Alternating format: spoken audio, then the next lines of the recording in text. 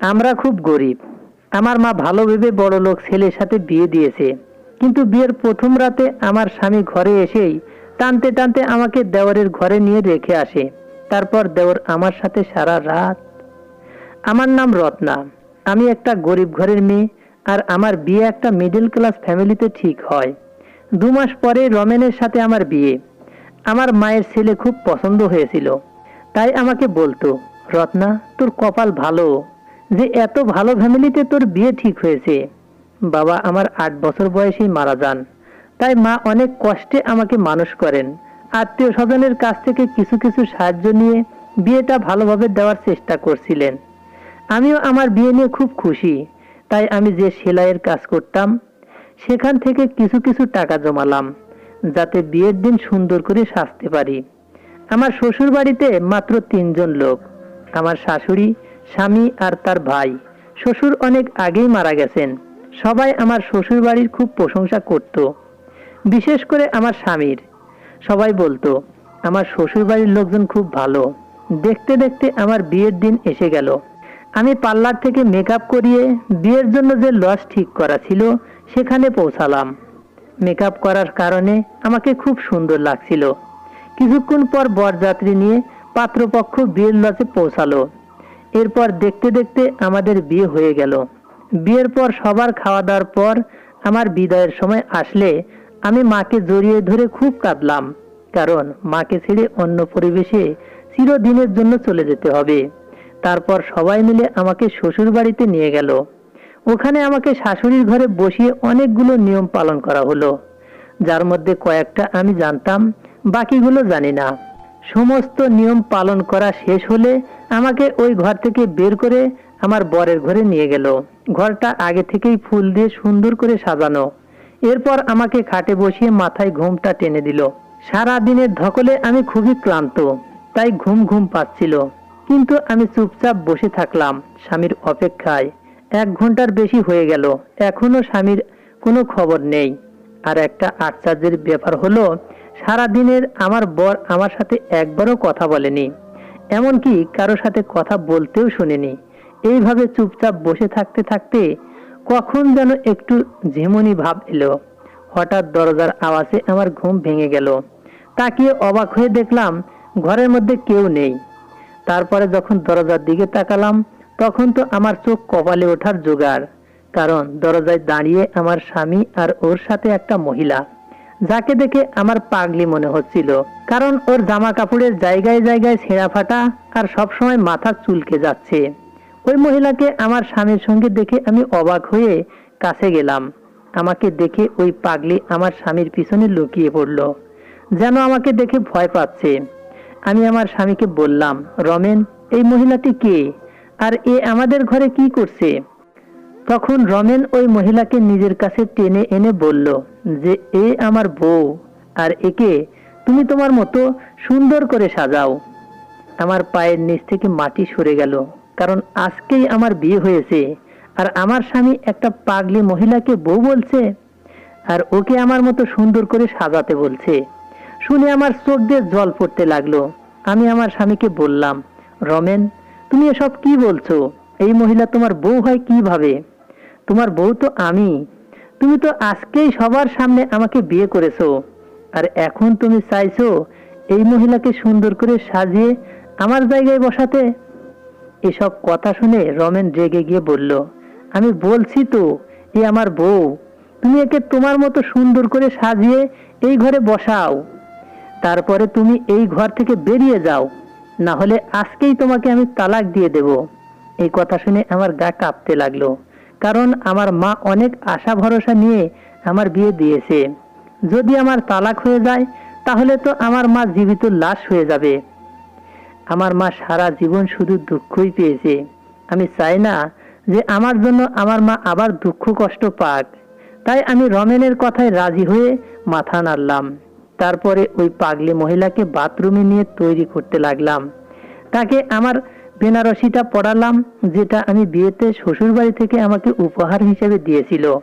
আর আমি ওই পাগলির ছেঁড়া কাপড়টা পরলাম আর মনে মনে কাঁদছিলাম। তারপর ওই পাগলি মহিলাকে ড্রেসিং টেবিলের সামনে এনে সুন্দর করে মেকআপ করে আমার যত গয়নাগাটি ছিল সব পড়ালাম। যাকে এতক্ষণ বিশ্রী লাগছিল তাকে এখন সুন্দর দেখাচ্ছে।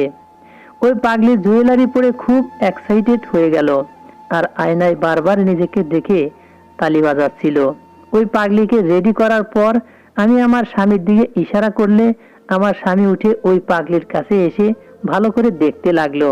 তারপরে আমাকে ঘর থেকে বেরিয়ে যাওয়ার ইশারা করলো। আমি কাঁদতে কাঁদতে বাইরে বেরিয়ে আসলাম। আমাকে দেখে কে বলবে যে কিছুক্ষণ আগেই আমার বিয়ে হয়েছে? আমাকে দেখে যে কেউ পাগলিই বলবে। এই বাড়িতে নতুন, তাই বুঝতে পারছিলাম না এত রাতে কোথায় যাব। কোনো উপায় না পেয়ে দরজার সামনে বসে পড়লাম, কারণ অন্য কোনো ঘরে যদি আমি যেতাম তাহলে আমাকে সবাই বলতো বিয়ের প্রথম রাতেই বর একে ঘর থেকে বের করে দিয়েছে। তাই নিজের অসম্মানের আর তালাকের ভয়ে আমি চুপচাপ আমার স্বামীর দরজার সামনে বসে রইলাম। দুঃখে আমার ঘুমও আসছিল না, তাই চুপচাপ বসে রইলাম। কিছু সময় পরে বারান্দায় কারো আওয়াজ পেয়ে তাকিয়ে দেখি আমার দেওর। ও আমাকে ওখানে দেখে চমকে ওঠে। তারপরে আমার হাত ধরে টানতে টানতে নিয়ে গেল। মুখ ঢাকা ছিল বলে ও হয়তো আমাকে চিনতে পারেনি, আর আমিও কিছু বলতে পারছি না, কারণ এতে আমারই অসম্মান হবে।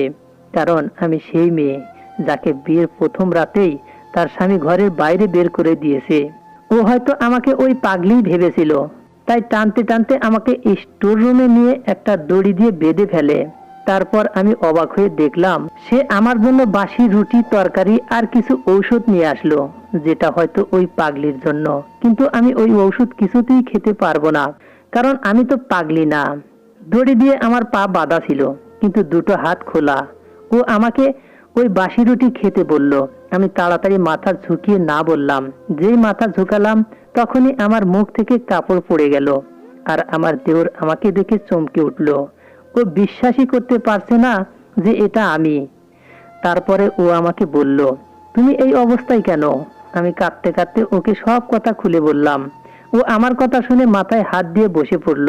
তারপর বলল, তোমার উচিত হয়নি দাদার কথা শুনে ওই পাগলিকে নিজের জায়গায় বসানো আর ঘর থেকে বেরোনো। এই কথা শুনে আমি বললাম যে তোমার দাদা আমাকে তালাক দেওয়ার আর এই বাড়ি থেকে বের করে দেওয়ার ভয় দেখাচ্ছিল, আর আমার তালাকের কথা শুনলে আমার মা জীবিত লাশে পরিণত হবে। তারপর আমার দেওর আমার পা থেকে দড়ি খুলে আমাকে ওর পিছন পিছন আসতে বলল। আমি ওর পিছন পিছন স্টোর রুম থেকে বেরিয়ে অন্য একটা রুমে গেলাম, যেখানে আমার শাশুড়ি ঘুমিয়ে। আমার দেওর শাশুড়িকে ঘুম থেকে উঠিয়ে সমস্ত কথা বলল, যেটা শুনে আমার শাশুড়ি দীর্ঘ নিঃশ্বাস ফেলল। আমি বুঝতে পারছিলাম কিছু একটা তো আছে যেটা এরা আমার থেকে লুকাচ্ছে। তাই আমি আমার শাশুড়িকে সরাসরি জিজ্ঞাসা করলাম, ওই মহিলাটি কে, যার জন্য আমাকে আমার ঘর থেকে বের হয়ে আসতে হয়েছে? তখন আমার শাশুড়ি দেওরকে বাইরে যেতে ইশারা করলো। দেওর বাইরে বেরিয়ে গেলে শাশুড়ি আমাকে ওনার পাশে বসিয়ে বললেন যে ও হলো আমার বান্ধবীর মেয়ে। ওর ছোটবেলাতেই ওর বাবা মা মারা যায়, তাই আমি ওকে এই বাড়িতে এনে নিজের মেয়ের মতো মানুষ করি। ওরা তিনজন একসাথেই বড় হয়। রমেনের সাথে ওর বন্ধুত্ব খুব ভালো ছিল। আমার শাশুড়ি আরো বললেন, ওই পাগলি মেয়েটার নাম অনন্যা। ও বড় হলে আমার শাশুড়ি ওকে বিয়ে দেওয়ার জন্য পাত্র দেখতে শুরু করলে অনন্যা বলে যে ও কাউকে ভালোবাসে আর তাকে বিয়ে করতে চায়। এটাতে আমার শাশুড়ি খুশি হয়। ওই ছেলের সাথেই অনন্যার বিয়ে ঠিক করেন। কিন্তু এই খবর যখন রমেন শুনল তখন ও চিৎকার চেঁচামেচি জুড়ে দিল, কারণ ও অনন্যাকে ভালোবাসে আর বলে বিয়ে যদি করতে হয় তাহলে অনন্যাকেই করব। এই কথা শুনে আমার শাশুড়িও মনে মনে খুশি হয়েছিল, কারণ উনিও অনন্যাকে খুব পছন্দ করতেন। কিন্তু যখন অনন্যা শুনল যে রমেন ওকে ভালোবাসে এবং বিয়ে করতে চায়, তখন অনন্যা সরাসরি না বলে দেয়। এটা শুনে রমেনের মন ভেঙে যায়, তাই ও ব্যবসার কাজে বাইরে চলে যায়। অনন্যার এ কথা শুনে আমার শাশুড়ির খারাপ লাগলেও তিনি অনন্যার বিয়ে ধুমধাম করেই দেন। রমেন এতটাই দুঃখ পেয়েছিল যে ও অনন্যার বিয়েতেও আসেনি। অনন্যার বিয়ের মাত্র 2 মাস পরেই ফিরে আসে, কারণ ওখানে থেকে ও কেমন পাগল হয়ে যাচ্ছিল। আর ওর স্বামী ওর সমস্ত গয়নাগাটির টাকা পয়সা নিয়ে পালিয়ে যায়। তারপরে আর তাকে খুঁজে পাওয়া যায়নি। পরে খোঁজ খবর নিয়ে জানা যায় অনন্যার সঙ্গে ছেলেটি অনলাইনে পরিচয়। তার মানে ছেলেটি একটা ফ্রড, যে টাকা পয়সার লোভে ফ্রড বিয়ে করেছিল। অনন্যা যখন প্রেগনেন্ট, এ কথা শুনে দুঃখে অনন্যা পাগলের মতো আচরণ করতে শুরু করে। তারপরে যখন ওর বাচ্চা নষ্ট হয়ে যায় তখন অনন্যা পুরোপুরি পাগল হয়ে যায়। এই খবর যখন রমেন শোনে ও তাড়াতাড়ি বাড়ি ফিরে অনন্যার খেয়াল রাখতে শুরু করে। ও অনন্যাকে ভালো ডাক্তার দেখায়, কিন্তু ডাক্তার বলেছিল হয়তো অনন্যা পুরোপুরি ঠিক হবে না, একটা মাত্র সম্ভাবনা আছে, ওর সাথে যা যা হয়েছে তাই যদি আবার রিপিট করা হয় তাহলে হয়তো ও ঠিক হতে পারে। এ কথা শুনে রমেন ওকে বিয়ে করার জন্য ব্যস্ত হয়ে পড়ে। তখন আমার শাশুড়ি ওকে নিজের দিব্যি দিয়ে কোনো রকমে আটকে রাখে। এইভাবে 1 বছর কেটে গেল, কিন্তু অনন্যার কোনো উন্নতি দেখা গেল না। তাই আমার শাশুড়ি রমেনকে বোঝাতে লাগলো, অনন্যা যখন 1 বছরেও ঠিক হয়নি তাহলে কি এমন গ্যারান্টি আছে যে ও বিয়ের পরে ঠিক হয়ে যাবে। অনন্যা খুব বেশি পাগলামি করত, আর ওর ধারের কাছে কেউ ঘেঁষতেও পারতো না। আর কয়েকবার তো ও কামড়ানোরও চেষ্টা করেছে, আর সুযোগ পেলেই বাড়ি থেকে পালিয়ে যেত। তাই আমরা ওকে দড়ি দিয়ে বেঁধে রাখতে বাধ্য হই। রমেনের এত চেষ্টার 1 বছর পরেও অনন্যা যখন ঠিক হলো না তখন বাড়ির সবাই রমেনকে বুঝিয়ে শুনিয়ে বিয়ে দিল। কারণ সবাই ভেবেছিল যে রমেন বিয়ে করলে হয়তো ওর মন থেকে অনন্যার প্রভাব কমে যাবে। আমার শাশুড়ি সব সময় চাইতো রমেন যেন বিয়ে করে সুখী হতে পারে, কিন্তু রমেন যে অনন্যাকে পুরনো জীবনের কথা মনে করানোর জন্য অনন্যাকে নিজের বাসর ঘরে নিয়ে গেছে এটা তারা কেউ জানতো না। শাশুড়ির মুখ থেকে এই সমস্ত কথা শুনে আমার কারেন্টের শক খাওয়ার মতো অবস্থা হলো। কারণ আমাকে এমন একটা ছেলের সঙ্গে বিয়ে দেওয়া হয়েছে যে আগে থেকেই অন্য কাউকে ভালোবাসে। হয়তো আমরা গরিব তাই আমাদের সাথে এই সব করা যায়, কারণ ওরা জানে আমরা কিছুই করতে পারবো না। এইসব ভেবে ভিতরে ভিতরে কান্নায় আমার বুক ফেটে যাচ্ছিল। তখন আমার শাশুড়ি আমাকে নিয়ে আমার স্বামীর ঘরে দরজার সামনে এসে দরজা খুললে দেখতে পেলাম যে অনন্যার নতুন শাড়ি গহনা পরে মেঝেতে শুয়ে আছে, আর রমেন খাটের উপর বসে বসে কান্না করছে। রমেন ওর মাকে দেখেই মার কাছে এসে মাকে জড়িয়ে ধরে কাঁদতে লাগলো। কান্না থামলে আমার শাশুড়ি রমেনকে বোঝাতে লাগলো যে রমেন আমার সাথে কি কি অন্যায় করেছে। এরপর রমেন আমার দিকে মাথা নিচু করে দাঁড়িয়ে আমার কাছে ক্ষমা চাইলো। এরপর আমার শাশুড়ি ঘুমন্ত অনন্যাকে ঘুম থেকে উঠিয়ে বুঝিয়ে শুনিয়ে নিজের সঙ্গে নিয়ে গেল। ওনারা যাওয়ার পরেই রমেন আমার কাছে আবার ক্ষমা চেয়ে আমাকে কারণ বোঝাতে লাগলো, যেটা আমি আগেই আমার শাশুড়ির কাছ থেকে শুনেছি। আমি বুঝতে পারলাম যে রমেন বিয়ে করতে চাইতো না, যাতেও অনন্যার দেখাশোনা করে ঠিক করতে পারে এবং ওকে বিয়ে করতে পারে, কিন্তু বাড়ির সবাই জোর করে ওকে আমার সাথে বিয়ে দিয়ে দেয়। রমেন নিজের দুঃখ আমার সাথে শেয়ার করতে শুরু করলে আমি ওকে বললাম, আমি সব সময় তোমার পাশে আছি। আমার নিজের উপর বিশ্বাসও ছিল যে আমি ওর মনে আমার জন্য জায়গা করে নিতে পারবো। আর এই সব কথা না আমি আমার মাকে না অন্য কাউকে বলতে পারবো। আমি ওই বাড়িতে অনন্যার সাথে নিজের বোনের মতো ব্যবহার করতে শুরু করি, ওর খাওয়া দাওয়া দেখাশোনা করতে থাকি। ফলে বাড়ির সকলের সাথে সাথে রমেনের মনও আমার জন্য জায়গা তৈরি হয়, যেটা আমার স্বামী আমার সঙ্গে মিষ্টি মিষ্টি কথা বলে বোঝাতো। কিন্তু অনন্যার অবস্থা কোনো উন্নতি হয়নি। ওর ঔষধ চেঞ্জ করেও দেখা হয়েছে, কিন্তু কোনো ফল পাওয়া যায়নি। কিন্তু তবুও রমেন চাইতো অনন্যা যেন ভালো হয়। তাই আমি দিন রাত পরিশ্রম করতাম, ওকে নিয়ে ডাক্তারের কাছে চেক আপ করাতে যেতাম, কিন্তু অনন্যার অবস্থার কোনো উন্নতি হয়নি। ধীরে ধীরে অনন্যার অবস্থা খারাপ হতে থাকে। ও এখন সারা দিন বিছানাতেই শুয়ে থাকে। তাই আমি রমেনকে বললাম ওকে শহরের সবচেয়ে ভালো ডাক্তার দিয়ে চেক আপ করাতে। যখন আমরা সেই ডাক্তারের কাছে নিয়ে গিয়ে চেক আপ করালাম, ডাক্তারের কথা শুনে আমরা সবাই হতাশ হয়ে গেলাম। কারণ ডাক্তার বলল অনন্যার শরীরে ধীরে ধীরে ক্যান্সার ছড়িয়ে পড়েছে, ওর জীবন আর কয়েকদিনের।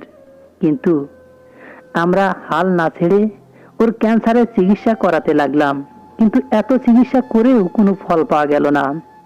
আমার বিয়ের 6 মাসের মাথায় অনন্যা সবাইকে দুঃখ দিয়ে এই পৃথিবী ছেড়ে চলে গেল। ওই ছেলেটার উপর আমার খুব রাগ হতো, যার কারণে অনন্যার এই অবস্থা। ওই ছেলে পৃথিবীর যেখানেই থাকুক না কেন জীবনে কখনো সুখী হতে পারবে না।